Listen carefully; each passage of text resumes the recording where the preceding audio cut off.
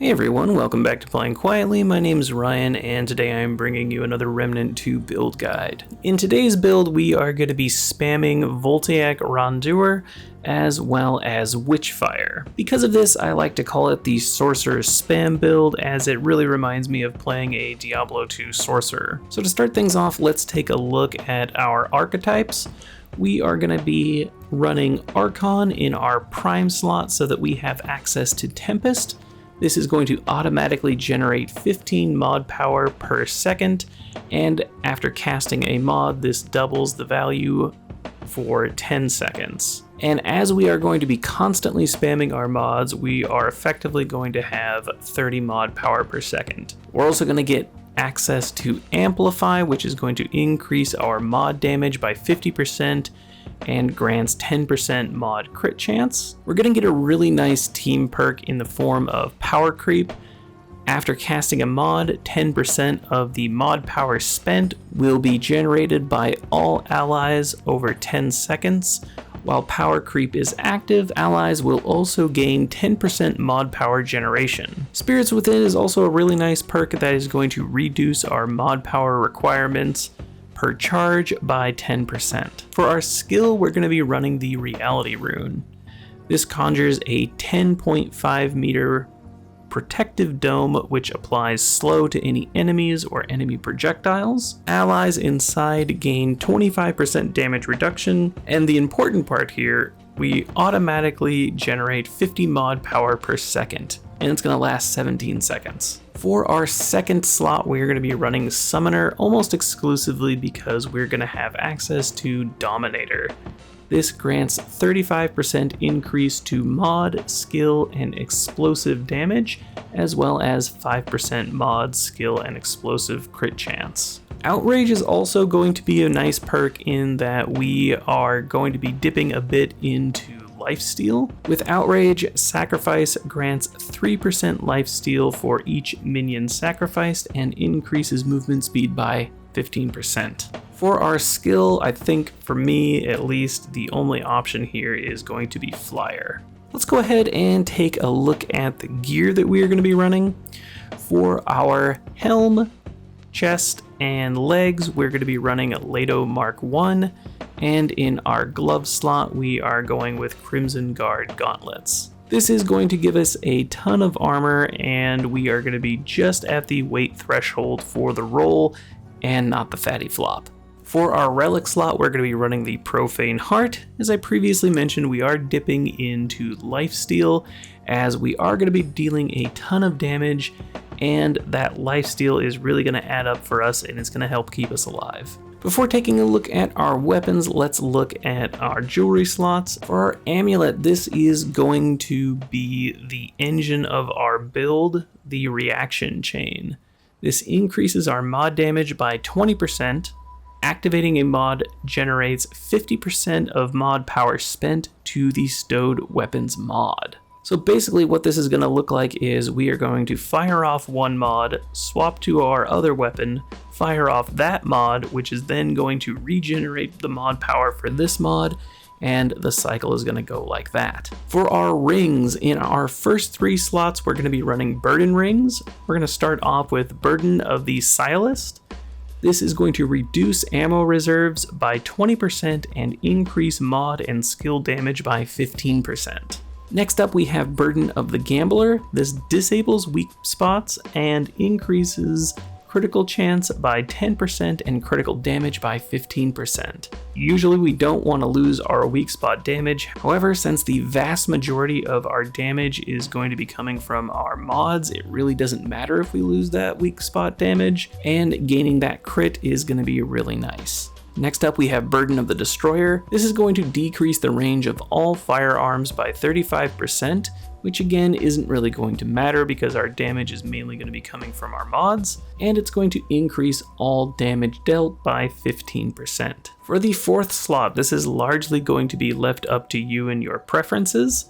I like to run the probability cord mostly because I've dipped so heavily into crit. Some other really good options for this slot are going to be rings like the Firestone. This is going to be really good for buffing our Witchfire damage, as well as cutting down on some of the fire damage that we are going to be doing via friendly fire. If we wanted to dip even heavier into crit, we could also go with the Braided Thorns. And lastly, the set it and forget it option for this build is going to be the Shard Banded Ring. This is going to increase our mod damage by 12%.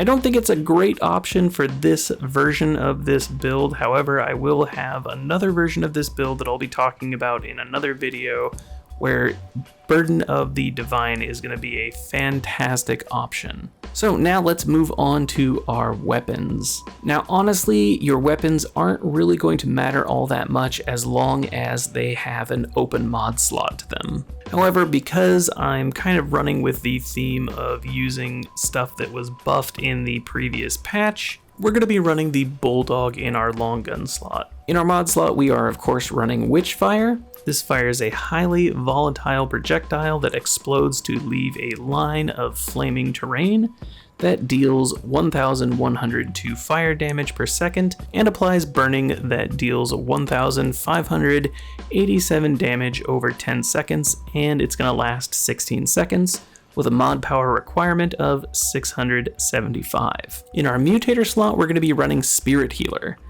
This is going to regenerate 2% health over 10 seconds for every 50 mod power spent, and at level 10, allies within 15 meters are healed for 50% of that primary effect.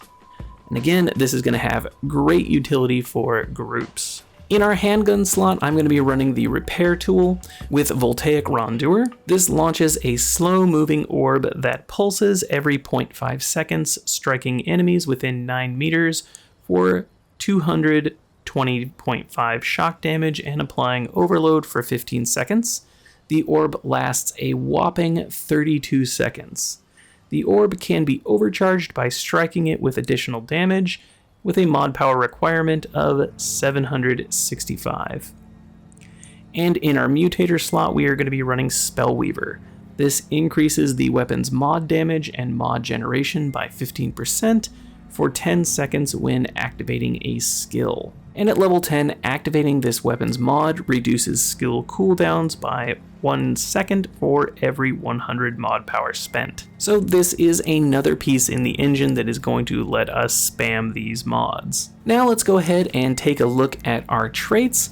Of course, because of our archetypes, we are going to be getting Flashcaster and Regrowth by default. If we are using Witchfire, we definitely want to be running Kinship so that we can reduce that friendly fire damage. We also want to be running Fortify and Strongback. Fortify is going to give us that nice 50% armor bonus, and Strongback is going to add to the dodge weight threshold so that we get the roll and not the fatty flop.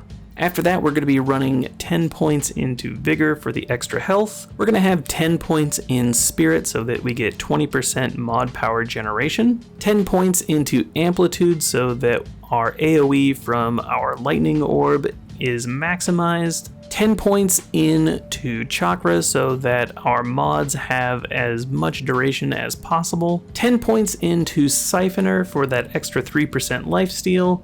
And the remaining points are going to go into Leech so that we have 45% lifesteal efficiency.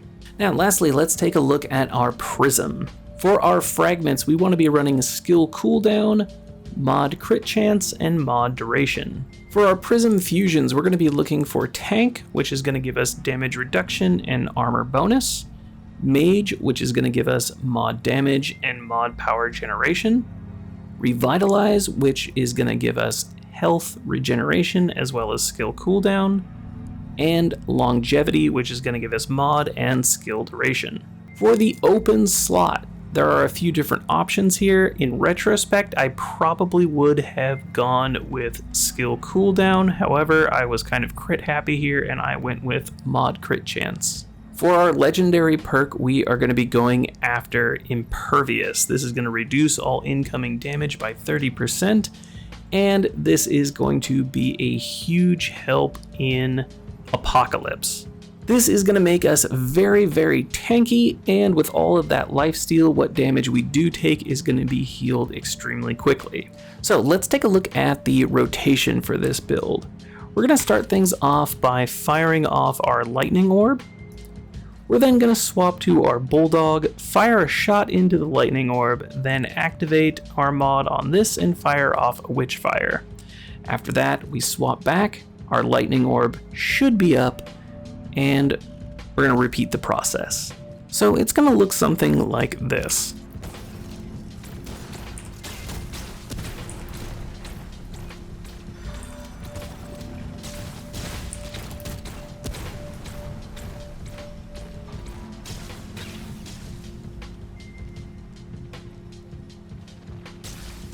Now, as you see there is a little bit of lag when we swap back to our lightning orb, and we can actually reduce that by popping our reality rune.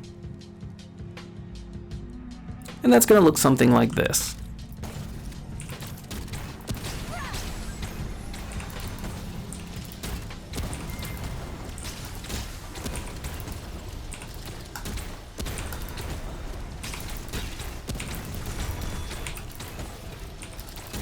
Alright guys, so that's all I have for you for this build. I am going to leave you with a short apocalypse run in boss rush just so you guys can see how the build plays. If there's any suggestions you have, let me know in the comments down below. And if you guys enjoyed this video, hopefully I have earned your subscription. Don't forget to check back for new videos coming out all the time. But until then, we'll see you guys next time. Have yourselves a good one.